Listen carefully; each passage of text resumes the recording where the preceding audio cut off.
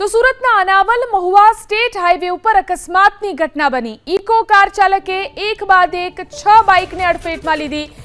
ગઈકાલે ગણેશ પંડાલમાં ગણેશ સ્થાપના દરમિયાન ઘટના બની। અકસ્માતમાં એક વ્યક્તિને ઈજા પહોંચી। કરચેલિયા ગામની સીમમાં પેટ્રોલ પંપ પાસેની આ ઘટના છે। જોઈ શકાય છે દ્રશ્યોમાં જે ઘટના સામે આવી છે। સુરતના અનાવલ મહુવા સ્ટેટ હાઈવે પરની આ ઘટના છે કે જ્યાં ઇકો કાર ચાલકે એક બાદ એક 6 બાઇકને અડફેટમાં લીધા। ગણેશ પંડાલમાં ગણેશ સ્થાપના સમયે આ ઘટના બની।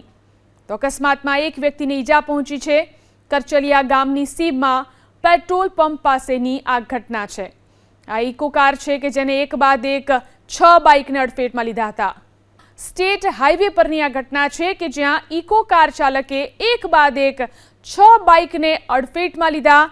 ગણેશ પંડાલમાં ગણેશ સ્થાપના સમયે આ ઘટના બની। તો અકસ્માતમાં એક વ્યક્તિને ઈજા પહોંચી છે।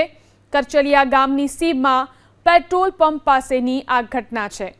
આ ઇકો કાર છે કે જેને એક બાદ એક 6 બાઇકને અડફેટમાં લીધા હતા।